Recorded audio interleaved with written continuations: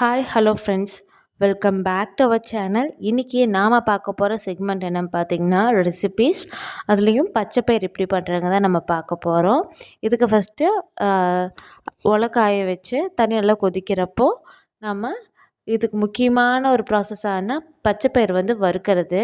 இதுக்கு வடை சட்டி எடுத்துகிட்டு நான் இன்றைக்கி அளவுக்கு ஒரு சின்ன டம்ளரில் பச்சைப்பயிறு எடுத்திருக்கேன். போட்டு எப்போவுமே எந்த ஒரு பொருள் வறுக்கிறதா இருந்தாலும் இந்த டிப் மட்டும் மறக்காதீங்க. சன்னமாக வச்சுக்கணும். ரொம்பவே ஃபாஸ்ட்டாகவும் வச்சுருந்தா நம்மளுக்கு கருகிடும், அதனால் ஸ்பாயில் ஆகிடும். அதனால் லைட்டாக வறுப்படணும். லைட்டாக ப்ரௌனிஷ் கலர் சேஞ்ச் ஆகும்போது சரியாக வறுப்படனால பச்சை வாசம் அடித்த மாதிரி பருப்பு ஸ்மெல்லு வரும். கருகிடுச்சுனாலும் உங்களுக்கு கரிஞ்ச மாதிரி இருக்கும். ஸோ அந்த ப்ரௌனிஷ் கலர் டேர்ன் ஆகும்போது ஆஃப் பண்ணிவிட்டு ஏற்கனவே தண்ணி உலை கொதிச்சிட்ருக்கீங்களா, அதுக்குள்ளே நம்ம இந்த பச்சை பயிரை ஆட் பண்ணிடணும். ஆட் பண்ணக்கப்புறமா இதுக்கு எப்போ போல் ஒரு 1/2 ஸ்பூனுக்கு கம்மியான மஞ்சத்தூள் ஆட் பண்ணிக்கணும். சிலர் பச்சை பயிறு எனக்கு அந்த பச்சை கலர் வேணாம், கொஞ்சம் எல்லோயிஷ் கலர் அந்த மாதிரி வேணும்னு நினச்சிங்கன்னா நீங்கள் 1/2 ஸ்பூனுக்கு மேலே கூட மஞ்சத்தூள் ஆட் பண்ணிக்கலாம். இல்லை எனக்கு கொஞ்சம் அந்த க்ரீனிஷ் கலரும் எல்லோயிஷ் கலர் 2 கலந்த மாதிரி எனக்கு வேணும்னு நினச்சிங்கன்னா நீங்கள் 1/2 ஸ்பூனுக்கு கம்மியாக இருக்க மாதிரி கொஞ்சமாக மஞ்சத்தூள், ஒரு 1/2 ஸ்பூன்லேருந்து 1 ஸ்பூன் வரைக்கும் ஆயில் ஆட் பண்ணிக்கலாம். ஆயில் கண்ட்ரோல் பண்ணணும், கம்மியாக யூஸ் பண்ணணும்னு நினச்சி 1/2 ஸ்பூன் நீங்கள் ஆட் பண்ணிக்கலாம். ஏன்னா நம்ம தாளிக்கும் போது அப்போ நம்ம ஆயில் வரும்னா உங்களுக்கு மேட்ச் ஆகிக்கும். ஸோ ஆயில் அதிகமாக வேணும்னு நினச்சிங்கன்னா இதில் 1 ஸ்பூன் கூட ஆட் பண்ணிக்கலாம். ஆட் பண்ணிவிட்டு நல்லா தண்ணி கொதித்து இதெல்லாம் வேக ஆரம்பிக்கும். இது கூட நான் பச்சைப்பயிறு ரசத்துக்கு தேவையான ஒரு தக்காளி நான் இதில் ஆட் பண்ணிடுறேன். நல்லா பருப்பு வேகணும். வெந்தக்கப்புறமா நான் தக்காளி ஃபஸ்ட்டு தனியாக எடுத்துக்கிறேன்.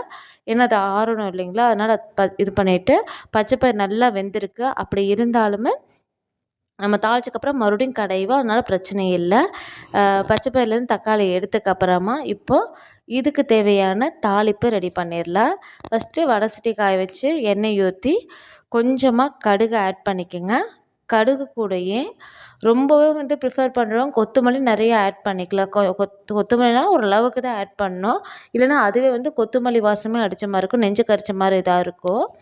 ஸோ இது கூடயே கொஞ்சமாக சின்ன வெங்காயம், ஒரு 7லேருந்து 8 சின்ன வெங்காயம், 5லேருந்து 6 பெரிய பல் பூண்டாக எடுத்துக்கோங்க. நீங்கள் நசுக்கி போட்டாலும் சரி, சின்ன சின்னதாக கட் பண்ணால் எனக்கு சின்ன சின்ன பூண்டாக எடுத்தங்காட்டி அப்படியே டேரெக்டாக போட்டேன். அது கூட கொஞ்சமாக சீரகம், கொஞ்சமாக கொத்தமல்லி, நீங்கள் கொத்தமல்லி அதிகமாக வேணும்னா கொத்தமல்லியும் ஆட் பண்ணிக்கலாம். இன்றைக்கி நான் பச்சை பயிறு பச்சை மிளகா ஆட் பண்ண வரமிளகா ஃப்ளேவர்லேயே செய்கிறேன். இல்லை நீங்கள் பச்சை மிளகா வேணும்னு நினச்சிங்கன்னா நீங்கள் பச்சை மிளகா ஆட் பண்ணிக்கலாம். மோஸ்ட்லி அல்சர் இருக்கவங்க இந்த பச்சை மிளகாய் அவாய்ட் பண்ணிவிட்டு வரமிளகா ப்ரிஃபர் பண்ண ஆரம்பிச்சுக்குங்க. இன்றைக்கி ஒரு முக்கியமான ஸ்டெப் நான் ஸ்கிப் பண்ணிட்டேன். அது என்னென்னு கேட்டிங்கன்னா கருவேப்பிலை, கொத்தமல்லி தழை ஆட் பண்ணுறது இல்லை. நான் அப்படியே தான் போட்டு செய்கிறேன். இது கூட நீங்கள் கருவேப்பிலை, கொத்தமல்லி தழை ஆட் பண்ணிக்கோங்க. இது நல்லா வணங்கினதுக்கப்புறமா தக்காளி நாட்டு தக்காளியே மீடியம் சைஸ் தக்காளி ஒரு தக்காளி நல்லா பொடி பொடியாக கட் பண்ணியிருக்கேன், அதுவும் ஆட் பண்ணுறேன். இதில் மெயினாக நீங்கள் பார்க்க வேண்டியது என்னென்னு பார்த்தீங்கன்னா, எப்போவுமே எண்ணெய் காஞ்சோடனே மோஸ்ட்லி ஒருத்தங்க சீரகம், கொத்தமல்லியில் எண்ணெய்க்குள்ளேயே டேரெக்டாக போட்டுருவாங்க. அப்படி போட்டிங்கன்னா கரிஞ்ச மாதிரி ஆயிடும் சில டைமு. இல்லைன்னா ஓவராக உங்களுக்கு பொரிஞ்ச மாதிரியும் இருக்கும்.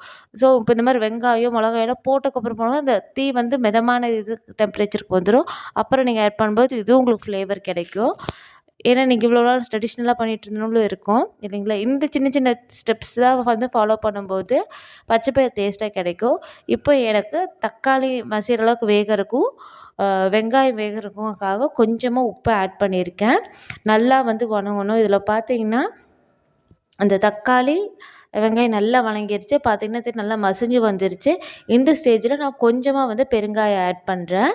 ஏன்னா பச்சைப்பயிறு ஏதோ வீக்லி ஒன்ஸ் அந்த மாதிரி ஆட் பண்ணிக்கிறது நல்லது தான். ஏற்கனவே நான் பச்சைப்பயிறு தண்ணி தனியாக எடுத்து வச்சுட்டேன். இப்போ அந்த பச்சைப்பயிறு ஆல்ரெடி பருப்பு மட்டும் வேக வச்சது இருக்கு இல்லைங்களா, இப்போ நான் தாளிப்பு கொட்டிட்டு இப்போது இதுக்கு தேவையான அளவுக்கு கொஞ்சமாக உப்பு நான் ஆட் பண்ணிக்கிறேன்.